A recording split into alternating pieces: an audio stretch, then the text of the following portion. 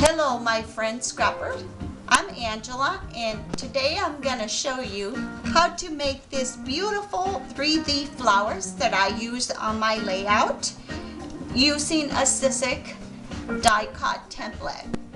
I will go and show you step by step what you're going to need. So first you're going to need the Sizzix template that it's called the 3D flower. You're going to need some glue, any tacky glue, adhesive glue of your preference.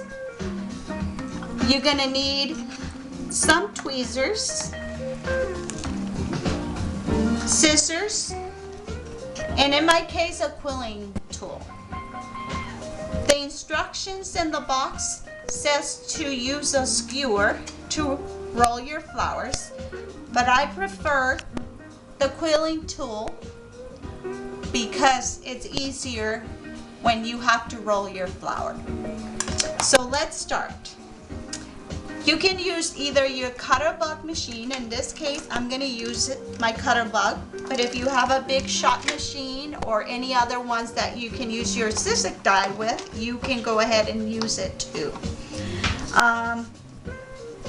First of all, you can use any kind of pattern papers. There is different colors, textures, so it depends what kind of layout or what kind of project you're using it with.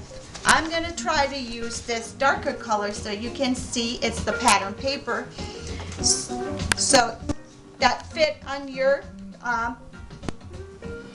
machine. Okay, you're going to use the plates number B that you should have 2 that comes with your machine. So you're going to place the first plate, then you place the die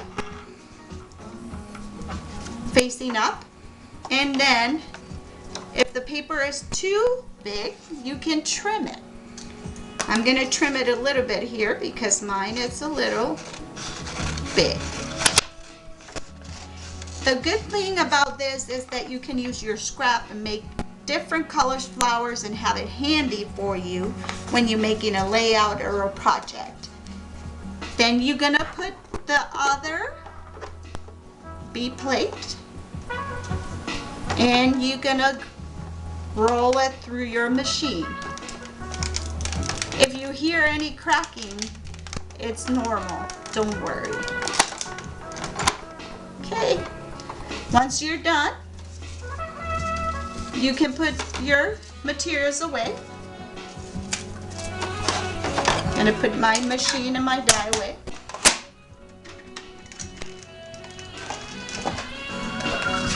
And here is what you're going to get.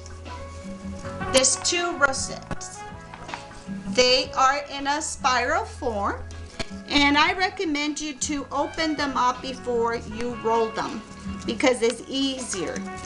If you notice at the end of the flower, there's a little circle that is the one that you're going to use to glue your flower. Okay, so I'm going to make, here's the sample of the small one. I'm going to make one of the big ones so you can see how easy this is. Like I said, you can use either a skewer, but I'm going to use a quilling tool. And for those of you who don't know what a quilling tool is, it's used for another craft called quilling, and you can find it in any department store.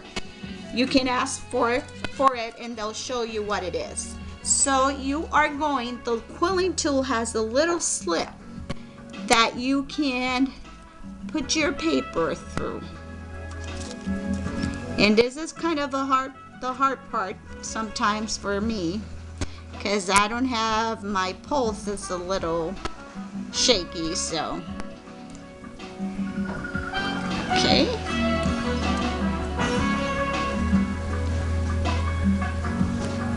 There we go. Okay, you see? There it is. Now we're going to start rolling the flower. At the beginning, it's going to be a little tight, but then you try to make it a little looser, because if you tighten your flower too much, then the petals have a funny shape. And you rolling it towards you using your fingers to maintain that flower in the tool.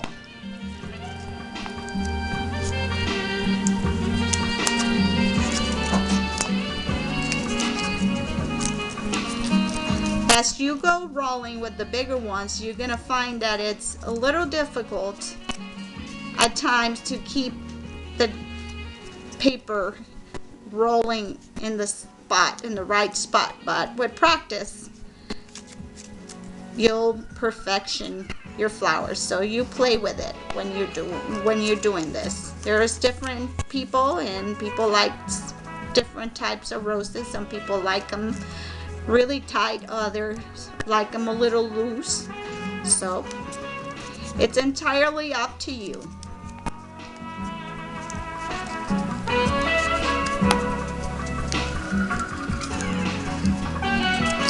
You see how I'm getting to the end of the spiral of the flower? You see that circle? That circle is at the end. That's the one that you're gonna leave. It's gonna end like this in your tool, because it's where you're gonna put your glue at the end of the flower to make a rose. Okay, now I'm pulling my tool out, and I keep holding this here, and with the skewer I'm gonna move over here my glue, and I'm gonna take a little dab of the glue, and I'm gonna put a little blob of the glue at the end of the spiral of the flower. Okay, so then you press that to your flower, and you put your flower in your mat, and you let it open as much as you can. I'm gonna move this out of the way for you guys so you can see what I'm doing. There you go. So my flower is to a point where I want it to be. And there is your bigger rose. I like it the way it is. Some people like to put some embellishments into it, and you can use little tiny buttons, or you can use some bling in it. I prefer mine's without it, but these are the bling that you can use. And sometimes you're going to need to pick it up with the tweezers, because it's a little hard to put it inside. But okay, you hold it with your tweezers, and you put it in the middle of the flower like that. Okay, so there you go. You have your flowers. Like I say, there's different colors.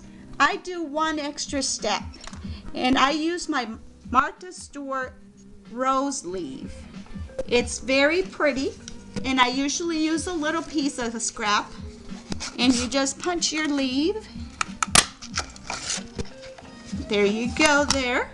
And all I have to do is dab it on the glue,